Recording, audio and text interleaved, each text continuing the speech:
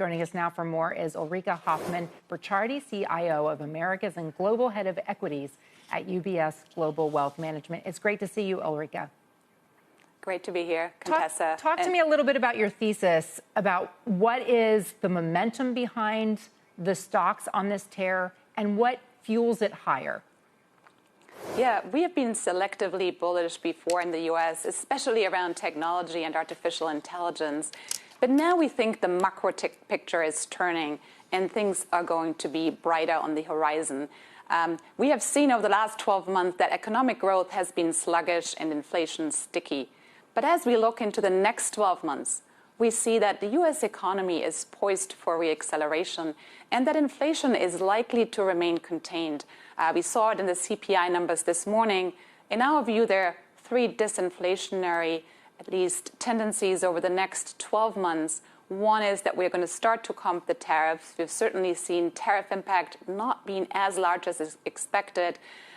Secondly, we think wage inflation is going to come down, and then lastly also shelter inflation. So again, that keeps us more optimistic that inflation is going to be contained while economic growth, we think, is poised to accelerate because of both monetary and fiscal stimulus that is going to hit in Q1 and Q2. Okay, so you put a $7,300 point target by June of next year. What about the skeptics who are looking at all the piling into these AI stocks and worrying that there's a bubble? Yeah, valuations are certainly extended. We are in the top decile, according to most valuation metrics, but we don't think we're in a bubble yet. Bubbles change their costume, but they do not change their script. And typically there are three factors that come in. One is, of course, loose financial conditions, and we have that right now with the National Financial Conditions Index being in very loose territory. And we have heard Fed Chair Powell now also talk about a potential end to QT, which could further ease financial conditions. Then, we have a few other factors that we think are going to be really conducive potentially to help with this AI narrative, which is continue to be around the AI capex. We think that has a long way to run. We, in fact, predict that we need about 5 times the amount of compute compared to the current install base. So this second component, the narrative about a new transformational innovation, is very important. But lastly, the third artifact of a bubble is that price is becoming reflexive. And we are not quite there yet in our mind. This is really the point where investors just rush into the market because of price momentum.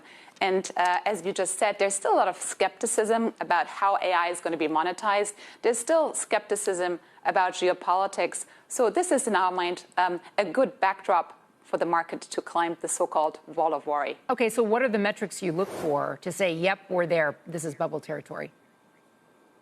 I think we need price to become much more dissociated from fundamentals. We need positioning to be much more extended than it is right now, both on the retail and institutional side. And we really need a much stronger positive narrative on having to buy into this really truly transformational new technology. Is there an industry that you're looking to diversify away from AI? Yeah, we actually like U.S. healthcare as a diversifier to AI in particular. And this may sound paradoxical. We actually think it's not only a diversifier to the AI trade, but it's also going to be one of the biggest beneficiaries of AI, healthcare in general. I think the cost of bringing a product now to market, a drug to market, has increased quite substantially over the last decades. And AI, in our mind, has at least is a means to bring down those development costs, but also ultimately the cost of clinical trials.